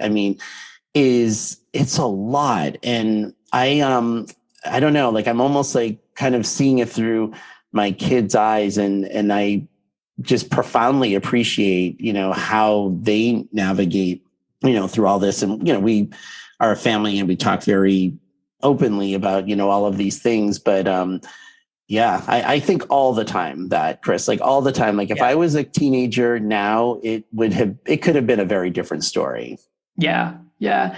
And in the book, when you talk about the muscle dysmorphia and how this then affects the men's life, it was just like heartbreaking hearing how it affects them. And I guess where you just, from an outsider looking in, you wouldn't suspect it in the least. In the same way that this can be the case for someone who fits into the stereotypical female body and people like, oh, wow, they struggle with body image. But men who are like ginormous in lots of ways, and yet they feel tiny and they're unable to take off any of their clothes in any public arena. They throw in their job as an accountant or at a law firm so that they can then be a personal trainer. Like I know when you were originally thinking about this concept, you'd talked about it as being like reverse anorexia. And in a lot of ways, there is just so much overlap between the two in terms of just how much it skews someone's perception of their own body, and also how it skews someone's perception of like what is most important and valuable. Definitely. And, with muscle dysmorphia, right, there is this body image distortion where despite being fit and muscular, sometimes really, muscular, that these men often feel scrawny. They feel like, or they're at this utter fear that they're going to lose the muscle. And it's very similar to the mentality of anorexia, the utter fear that one is going to gain body fat. Yeah. And actually, I conducted a study where I actually compared men with muscle dysmorphia to men with anorexia. And we found that they actually scored similarly in all indexes, including the drive for thinness, which is interesting because with muscle dysmorphia, what these eating disorder surveys also can pick up on is a drive for leanness. Yeah. And so these men were very similar. Their mentality, their psychology was very similar. The only difference was, of course, that the men with muscle dysmorphia were getting some nutrition. They were getting nutrition, and that they were granted very compulsive. When I say compulsive as an example, I remember, somebody in one of my early research studies that he had to research all the various toothpastes that were out there because he could not have a toothpaste that had a certain percentage of sodium in it because that would offset his water absorption, which would offset his muscle mass. It was that compulsive. Men who, I remember this guy who said, during certain times he can't kiss his wife because he was afraid she'd transmit calories through her saliva, and that would he goes, then I don't know, I'm not as certain then of how many calories I'm taking in. It's going to mess that up. Guys, and these are not the guys that you would see at Venice Beach, California, with their shirts off, proudly, almost sometimes narcissistically showing their bodies. These are not those guys. These are the men that I treat, they, despite people objectively saying, wow, that guy has a really fit body, they can wear long sleeve shirts in 90-degree days and feel really uncomfortable. If someone is looking at them, they might be looked at because they have, what's seen as a good fit body, but they think, oh my gosh, they're looking at me because I must look scrawny, or I must look skinny or ugly. And so they have problems in intimate relationships. It just becomes all consuming. And probably the strongest example was actually a young man in the very first research study I did of this. Will never forget him. He actually would send me a yearly Christmas card for years after that study.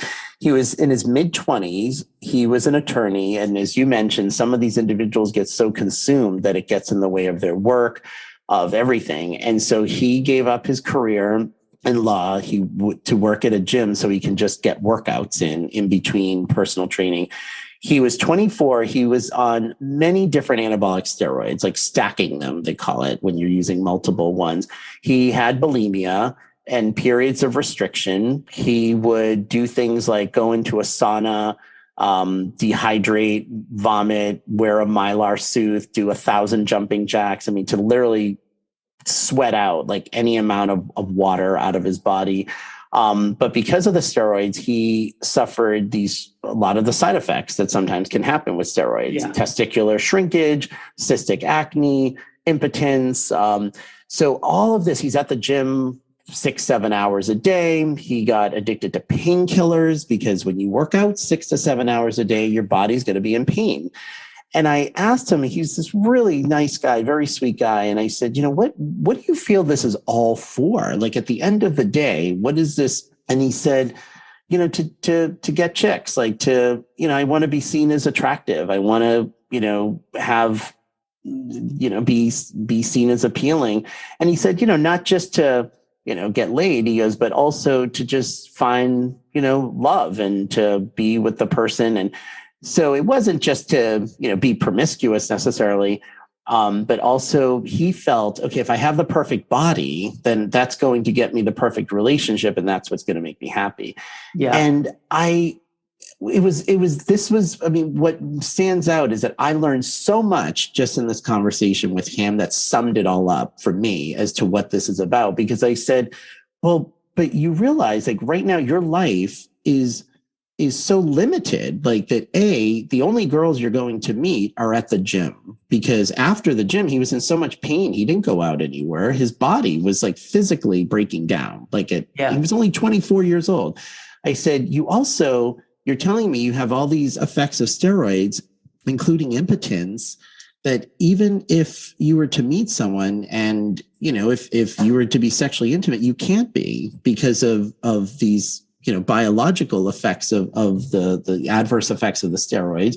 I said, you feel, you like you can't even take your shirt off in front of somebody. Like how would you ever sustain a relationship like this? It's almost like your relationship is with the gym and muscle dysmorphia. At the time, this was the first study we did. So I think at that point, right, we were calling it reverse anorexia.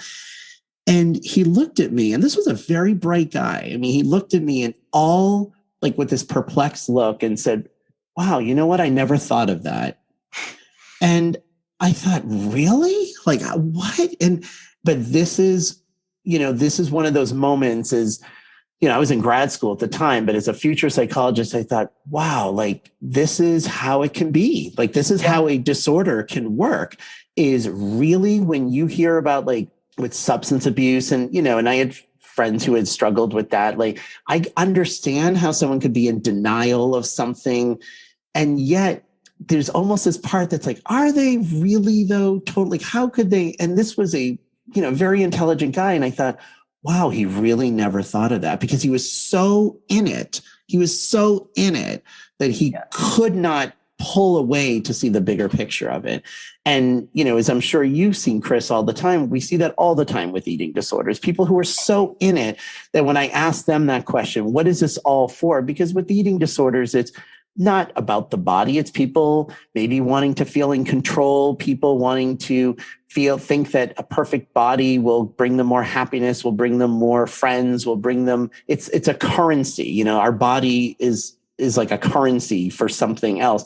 It might even start off with, I want to be healthier. And that's why I started, doing that. And then it's like an orthorexia, and then it spirals, and it's like, well, now it's not fulfilling that value of health. But it was an epiphany for him. I mean, to the degree that it was just 3-hour research study that he was a part of. And for like a decade after that, he literally would send me a Christmas card every year to thank me because he got off steroids. The last I heard from him, he had got off steroids, went back to practicing law, but he said it was hard. He said it was really hard to not, he goes, he went through a pretty significant depression, not working out 7 hours a day anymore. It's like sobriety. In a lot of ways. He then he got off painkillers and became sober, but it was powerful. That's sort of, but those are the kinds of stories that sometimes you're like, what, they get consumed with it. And I think because, even with the general public, when you see a woman, let's say, who's 80 pounds and emaciated, it's very clear that she's sick. It's very clear there's illness there and this person needs help. But it's harder to see that sometimes with a guy who is muscular and looks like sometimes could be the role model of fitness. And frankly, people are not as sympathetic to men with that condition.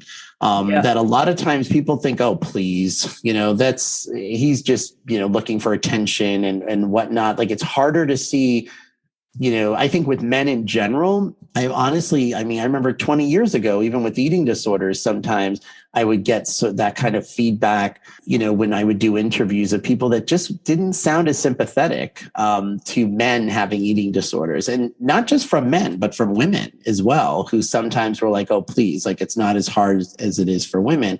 And I've never said that. To me, it's not an issue of whose trauma or whose pain is worse. Pain is pain, as far as I'm concerned.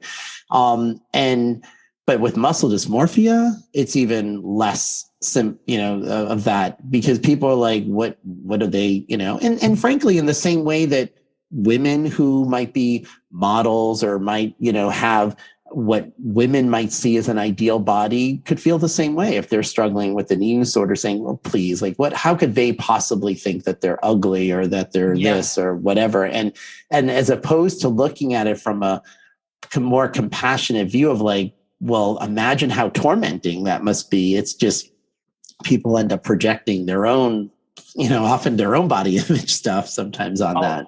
Totally. And that's a really heartwarming story of your interaction with that guy, because while I've had similar situations where I have a conversation and there is some kind of real aha moment in that conversation, and that then starts to change the trajectory of someone being able to change certain behaviors, etc. And it feels like, okay, that was a real turning point. I've had many of those conversations, and then by the next time we talk, that awareness is just gone. And I think this is the problem with eating disorders, and whether it be muscle dysmorphia or whether it be anorexia, like the way that the brain is affected by being in that depleted state, and the anagnosia that then means that it's not so much about denial as it's like there's a brain impairment that stops someone being able to see that. Yes. And that's the real challenge with this, because it's not about denial. It is about like how the brain starts to warp the perception of what is going on. And so, that's what I find can often be such a challenging thing. But I'm so pleased to hear how it worked out for that guy. Yeah, absolutely. And especially with restrictive and eating disorders, that people have to, recognize, right, that the brain is not getting nourishment and nutrition. And for people with bulimia, I mean, when, people are eating and then purging out sort of a lot of the, the essential vitamins and minerals and food that's dysregulated, like your brain is just not thinking straight. And I think that's also, what I find is, to me, with eating disorders, is here you have this disorder that really we have to look at in a biological, psychological, sociocultural lens, that it really kind of intersects all of these different lenses. And then, in talking about here, we're talking about men and women, but in different ethnicities and minority groups and LGBT communities. I mean, just the meaning of the body and the sort of pressures and expectations. It varies depending on kind of whatever kind of community or category, people see themselves, or that society sees that person in. And that, to me, is what also, just from an academic sense, fascinates me about eating disorders, is that it is this evolving kind of, concept. And because sociocultural images, I absolutely have seen such a difference with the advent of social media in terms of the kids that I work with who are younger, dealing with body image issues, who are studies have shown, like, with this correlation of Instagram usage and negative body image. And but even like with cosmetic surgeons that I've read interviews where they've said, many years ago, someone would come in with like a picture of Jennifer Lopez or some other celebrity and say, I want to look like this. And now they're coming in with a picture of themselves that has been photoshopped, filtered, shaped in exactly the way they want, saying, okay, I want to look like this, with the expectation that they can. And like a lot of adolescents I work with who might put these filters, especially with the pandemic, on Zoom, where now they feel like, well, this is how people see me. So in public, I have to put on lots of makeup, or I got to do this, because I've kind of altered my image so much, on a virtual landscape. Now I need the real landscape to match that, and just the pressures, of that it's tough. And I think that we have to just continue, that conversation, and understand like what kids are being exposed to in regards to body image. Yeah. Oh, totally. I think it's going to get worse, unfortunately. Like it just looks like the way that things are heading. We're only sort of seeing the early emergence of this kind of stuff. And so, it is incredibly, incredibly worrying. And I also think the statistics that you've talked about as well, in places where it's like something like 10% of people with eating disorders seek treatment. That's right. Only 10%. Yeah. I mean, imagine that, like 10%. I mean, for something that, the mortality rate of eating disorders is anywhere, from 10 to 15%.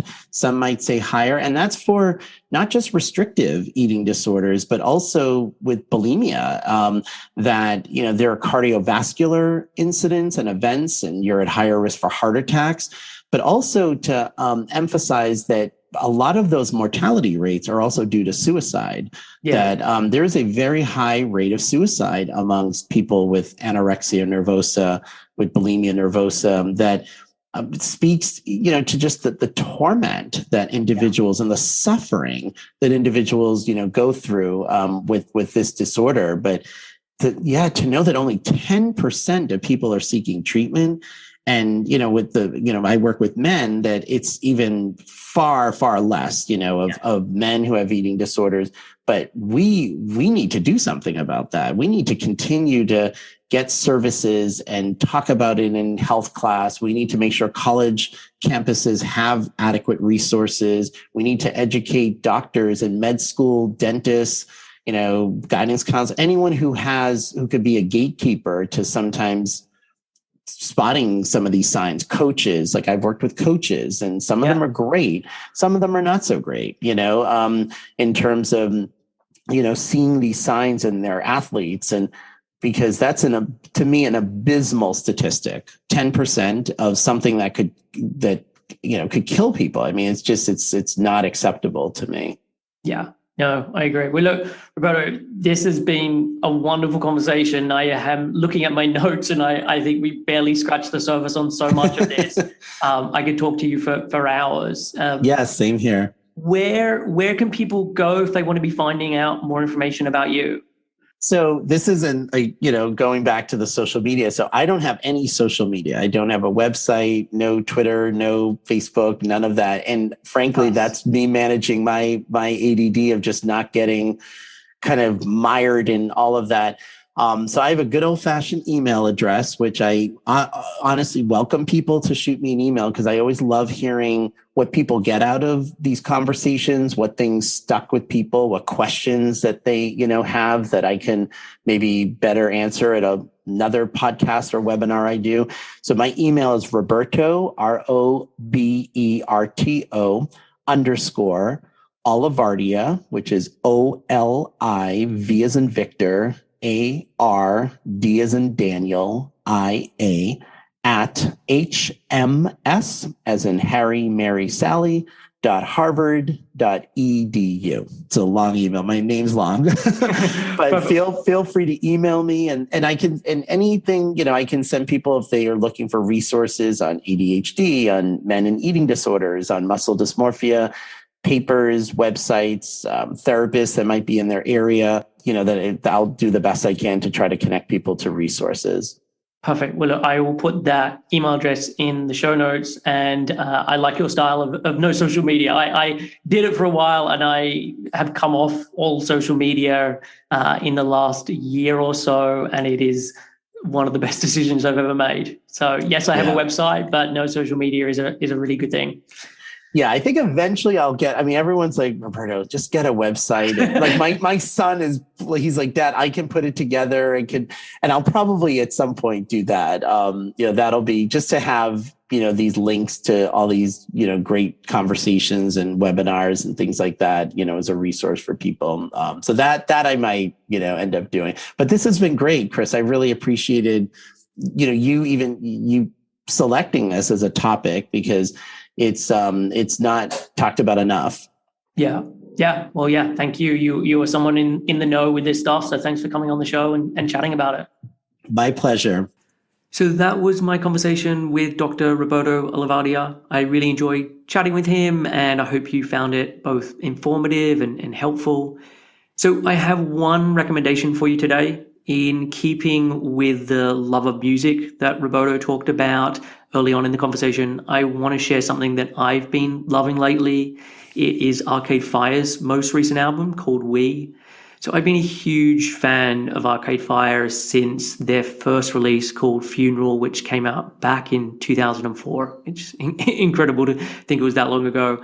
I've seen them live a number of times, and they're incredible live. One of the first dates that I went on with Ali was to an Arcade Fire gig. And this is their 6th album, and is probably my favorite, or one of my favorites. I enjoyed their previous 2 albums, but I felt a little unfinished in parts, and it was more a case of me liking many of the songs on them, but less liking them as an album as a whole, whereas this is much more of a return to their earlier albums where I kind of love it from start to finish. And as a band, they're kind of hard to describe because they're rather different. There are 7 members in the band, but when they tour and play live, there are much more people than this. And so there's always this stage that's just filled with people. And I've seen it written that they, between them all, play 16 instruments. And so apart from the usual stuff you would associate with a rock band, they also play violin and viola and cello and double bass and xylophone and glockenspiel and French horn and harp and mandolin. It's like lots and lots of different instruments. And so with this most recent album, it's produced by Nigel Godrich, and he's often referred to as the 6th member of Radiohead, as he's produced all their albums since OK Computer. So I can definitely hear his influence on their sound.